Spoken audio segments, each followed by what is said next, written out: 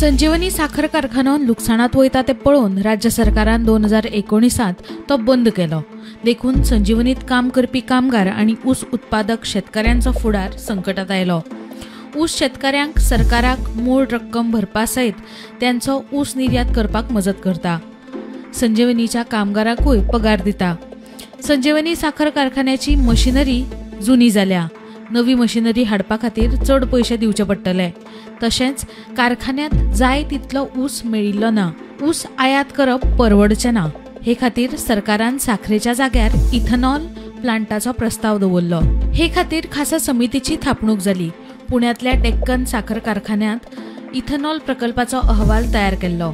मजगती ह्या माकनां खातीर 80 कोटी रुपयांचो खर्च जातलो अशी माहिती शेतकी संचालक संदीप फळदेसायान दिल्या। जाल्यार सुत्रांकडल्यान मेळिल्ले माहिती प्रमाण येता त्या 15 दिसां भितर इथेनॉल प्रकल्पा खातीर कोणी निविदा घेवन आयल्यार ताचेर सरकार विचार करतलो।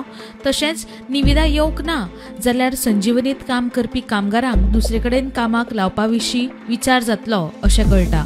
प्रुडंटा खातीर ओमकार फळारी।